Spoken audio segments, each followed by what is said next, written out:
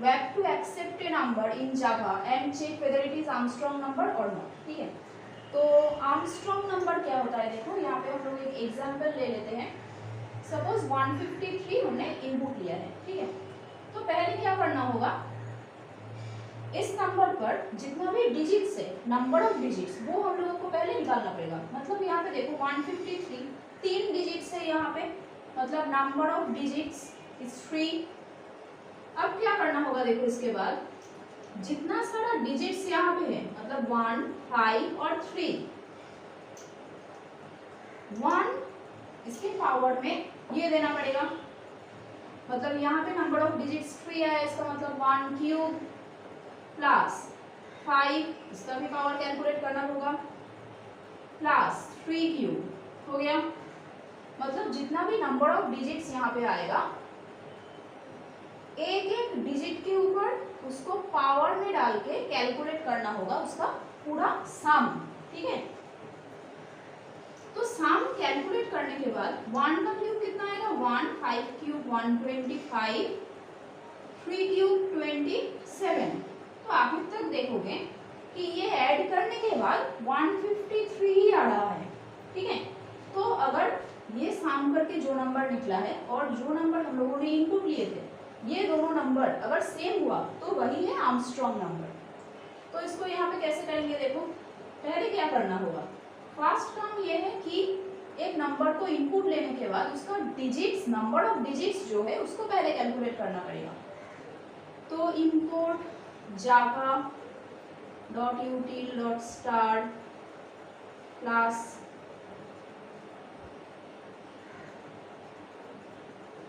public static void main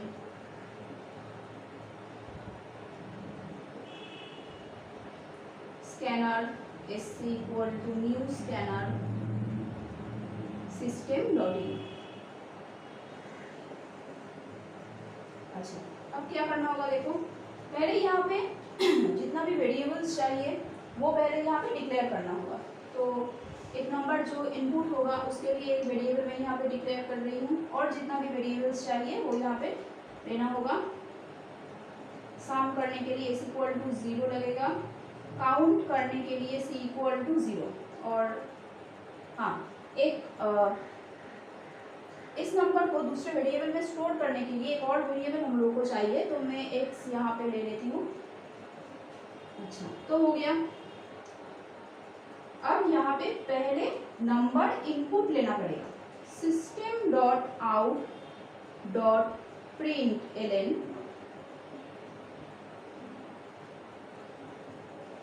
enter a number a equals to sc dot next int। अच्छा, अब क्या करना होगा, देखो नंबर को इनपुट लेने के बाद उसको दूसरे वेरिएबल में स्टोर करना पड़ेगा पहले। तो x इक्वल टू a हो गया। तो इसमें क्या होगा, a का जो वैल्यू है जो हमने इनपुट लिए है वो x के अंदर चला जाएगा। अब देखो, तो नंबर इनपुट हो गया। अब क्या करना होगा, इस नंबर में कितना नंबर ऑफ डिजिट्स है वो कैलकुलेट करना होगा। while x greater than 0। ठीक है, सिर्फ नंबर ऑफ डिजिट्स यहाँ पे कैलकुलेट करना पड़ेगा। c plus plus x equal to x by 10। अच्छा, यहाँ पे क्या हो रहा है, देखो x ग्रेटर देन 0 मतलब x के अंदर पहले से स्टोर है 153। अगर 153 हम लोगों ने इनपुट लिए है तो 153 greater than 0 condition true. c plus plus, तो c का वैल्यू है इनिशियली 0। यहाँ पे c प्लस प्लस ये स्टेटमेंट एग्जीक्यूट हो जाने के बाद c का वैल्यू 1 हो जाएगा। x बाई 10 मतलब 153 बाई 10 मतलब कितना आएगा, कोशिएंट आएगा। तो 153 को अगर 10 से हम लोग डिवाइड करेंगे तो कोशिएंट कितना आएगा, देखो 15। ठीक है, तो ये 15 जाके कहाँ पे स्टोर होगा, x के अंदर।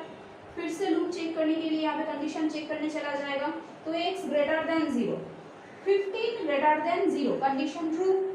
c प्लस प्लस, c का वैल्यू पहले 1 था, अभी कितना हो जाएगा 2। x by 10। तो x के अंदर पहले स्टोर था 15, ठीक है। अभी 15 बाई 10 मतलब 15, इसको अगर 10 से हम लोग डिवाइड करेंगे तो देखो कोशिएंट 1 आ रहा है, तो ये 1 अभी जाके स्टोर हो जाएगा x के अंदर, ठीक है। फिर से लूप एग्जीक्यूट होगा क्योंकि 1 greater than 0 condition true. C plus plus मतलब पहले 2 था, अभी जाके 3 हो जाएगा x बाई 10। तो x के अंदर पहले स्टोर था 1, तो 1 बाई 10, 10 0 0 रिमाइंडर 1, तो क्वेश्चन कितना आ रहा है? 0 आ रहा है। यहाँ पे फिर से कंडीशन एक और बार चेक करेगा, लेकिन यहाँ पे 0 ग्रेटर देन 0 कंडीशन फॉल्स हो जाएगा, तो ये लूप और अब एग्जीक्यूट नहीं होगा। तो देखो इसमें क्या हुआ, सी के अंदर इस नंबर का जितना नंबर ऑफ डिजिट्स जितना था वो सी के अंदर स्टोर हो गया है, ठीक है। तो ये लूप एग्जीक्यूट हो जाने के बाद, कंप्लीट हो जाने के बाद सी के वैल्यू तो अब 3 है, पर x का वैल्यू तो 0 हो गया, ठीक है। तो हम लोग सेकेंड टाइम क्या करेंगे, यहाँ पे एक और बार x equal to a store कर देंगे, ठीक है। तो a का वैल्यू था 153, ये x के अंदर फिर से स्टोर हो जाएगा क्योंकि x का वैल्यू 0 हो गया था, तो 153 अभी x के अंदर है। अच्छा, अब क्या करना होगा, देखो तो अभी तक सिर्फ ये कैलकुलेट हुआ यहाँ तक। अब क्या करना होगा, देखो इसका एक एक डिजिट निकाल के उस डिजिट का पावर डाल के उसको ऐड करना पड़ेगा, तो ये भी व्हाइल लूप के अंदर ही करना होगा। इसलिए फिर से एक और बार सेकेंड टाइम यहाँ पे व्हाइल लूप एग्जीक्यूशन यहाँ पे करना पड़ेगा। तो व्हाइल x ग्रेटर देन 0 फिर से हम लोग लिखेंगे। इस लूप में क्या होगा, एक एक डिजिट निकाल कर उसका पावर डाल के उसको ऐड करना होगा, ठीक है। तो डिजिट हम लोग कैसे निकालते हैं, एक्सट्रैक्ट कैसे करते हैं, x mod 10, ठीक है, r equal to x mod 10। क्या होगा इससे, x के अंदर इनिशियल वैल्यू है 153 mod 10, mod है इसका मतलब रिमाइंडर स्टोर होगा, तो 153 को अगर 10 से डिवाइड करोगे तो रिमाइंडर कितना आता है, लास्ट डिजिट आता है देखो 3, ठीक है। अब इसका क्या करना होगा, 3 का पहले यहाँ पे पावर निकालना पड़ेगा, उसके बाद इसको ऐड कर देना पड़ेगा, ठीक है। तो s equal to s plus power निकालना होगा, इसका मतलब हम लोगों को यहाँ पे मैथ फंक्शन मतलब मैथ डॉट पाव ये यूज करना होगा। तो math dot pow r comma c, क्यों r कॉमा c क्यों हुआ, देखो 3 के पावर में कितना जाएगा, नंबर ऑफ डिजिट्स जितना है वो जाएगा, इसका मतलब ये 3 किसमें स्टोर है, r के अंदर, तो इसलिए पहले r कॉमा पावर किसके अंदर स्टोर है, c के अंदर। पावर कितना होगा, नंबर ऑफ डिजिट्स, तो नंबर ऑफ डिजिट्स तो c के अंदर ही स्टोर है, तो इसलिए r कॉमा c ये वाला कैलकुलेट होगा। और एक चीज यहाँ पे एक एक्सप्लिसिट टाइप कन्वर्शन इंट देना होगा, ठीक है। मैथ डॉट पाव डबल टाइप वैल्यू रिटर्न करते हैं, तो इसलिए यहाँ पे एक एक्सप्लिसिट टाइप कन्वर्शन इंट देना होगा। इससे क्या होगा, अगर यहाँ पे डबल टाइप वैल्यू मतलब डेसिमल नंबर अगर कैलकुलेट हो भी गया, पॉइंट में आ भी गया, तो ये इंटीजर में कन्वर्ट कर देगा, ठीक है। अच्छा, next statement x equal to x by 10, इससे क्या होगा, देखो x बाई 10 मतलब 153 बाई 10, 153 बाई 10 मतलब यहाँ पे कोशिएंट आएगा मतलब 15, तो x के अंदर अभी स्टोर रहा 15, ठीक है। और यहाँ पे इस स्टेटमेंट में क्या हुआ था, देखो s प्लस मतलब 0 प्लस s का इनिशियल वैल्यू हम लोगों ने यहाँ पे 0 लिए थे, तो 0 plus math dot pow r comma c, r का वैल्यू कितना था 3 था, तो 3 कॉमा c का वैल्यू भी 3 था, तो 3,3 इसका मतलब 3 का क्यूब कितना होता है 27, तो 0 प्लस 27 मतलब 27, तो इसके अंदर अभी 27 स्टोर है। उसके बाद ये वाला स्टेटमेंट एग्जीक्यूशन हुआ, मतलब x के अंदर अभी 15 स्टोर है। फिर से लूप एग्जीक्यूट करेगा यहाँ पे 15 greater than 0 condition true, 15 mod 10। अब 15 को 10 से डिवाइड करोगे तो रिमाइंडर कितना आ रहा है 5 आ रहा है, 5 स्टोर रहा है r के अंदर, तो r का वैल्यू अभी है 5।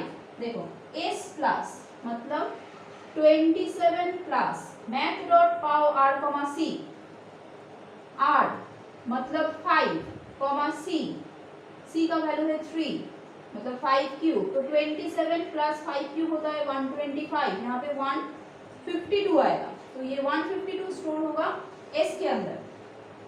x बाई 10, 15 बाई 10 1, तो अभी x के अंदर स्टोर हो रहा है 1। फिर से यहाँ पे लूप एग्जीक्यूट होगा 1 greater than 0 condition true, x mod 10, तो 1 मॉड 10, 1 मॉड 10 रिमाइंडर 1, तो r के अंदर अभी वैल्यू है 1। s प्लस मैथ डॉट पाव 1 कॉमा c, 1 कॉमा c मतलब 3, तो r का वैल्यू अभी है 1, c का वैल्यू 3 मतलब 1 क्यूब। तो देखो s प्लस मतलब s का लास्ट वैल्यू था 152, तो 152 प्लस 1 क्यूब, 1 क्यूब 1 होता है, 152 प्लस 1 153, ठीक है।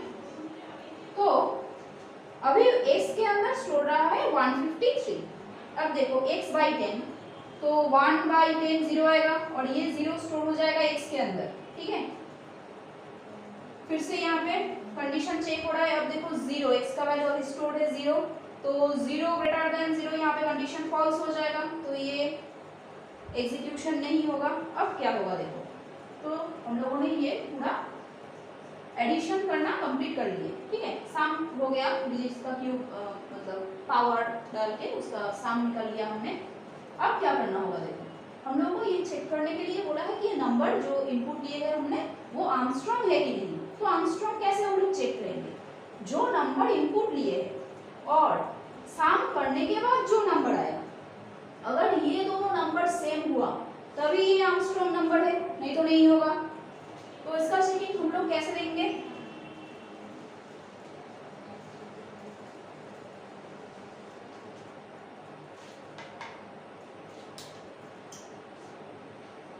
इफ देखो जो नंबर इनपुट लिए थे, मतलब x तो नहीं ले सकते यहाँ पे क्योंकि x का लास्ट वैल्यू 0 हो गया था, इसलिए a देना होगा।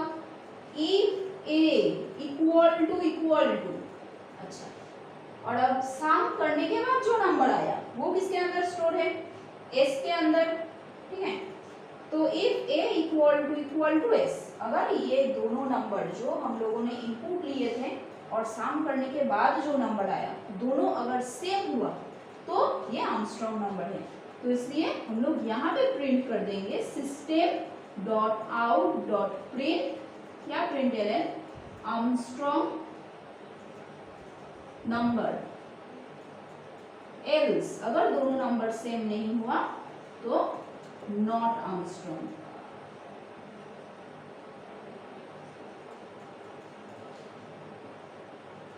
ठीक है, तो यहाँ पे 153 एक आर्मस्ट्रॉन्ग नंबर का एग्जांपल था, तो इसलिए अगर 153 तुम इनपुट लोगे तो ये आर्मस्ट्रॉन्ग नंबर ही दिखाएगा।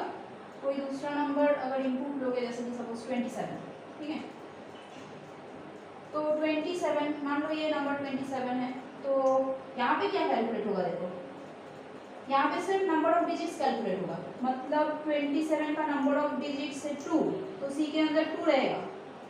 अब यहाँ पे क्या होगा, पहले आर के अंदर आएगा 7 और सी के अंदर 2 है पहले से ही, तो एस प्लस मतलब 0 plus r comma c, r का वैल्यू 7 था तो 7 स्क्वायर, तो कितना आ रहा है 7 स्क्वायर 49, 49 प्लस 0 49, तो इसके अंदर अभी स्टोर है 49। अच्छा नेक्स्ट टाइम, सेकेंड टाइम जब लूप एग्जीक्यूट होगा तब r के अंदर 2 रहेगा, ठीक है। तो मैथ ड्रॉप पाओ r, c मतलब 2 स्क्वायर, तो 49 प्लस 2 स्क्वायर 49 प्लस 4 53, ठीक है। अब देखो, अब तो इसके अंदर 0 है, ठीक है, x के अंदर, मतलब ये लूप थर्ड टाइम एग्जीक्यूशन नहीं होगा। तो ये लूप कंप्लीट हो जाने के बाद फिर से यहाँ पे चला आएगा, तो a के अंदर था 27, इसके अंदर अभी है 53, तो दोनों तो सेम नहीं है, इसका मतलब दोनों नंबर मतलब 27 आर्मस्ट्रांग नंबर नहीं है, तो इसलिए यहाँ पे प्रिंट करेगा नॉट आर्मस्ट्रांग, ठीक है। तो ये है आर्मस्ट्रांग नंबर चेकिंग का कोडिंग।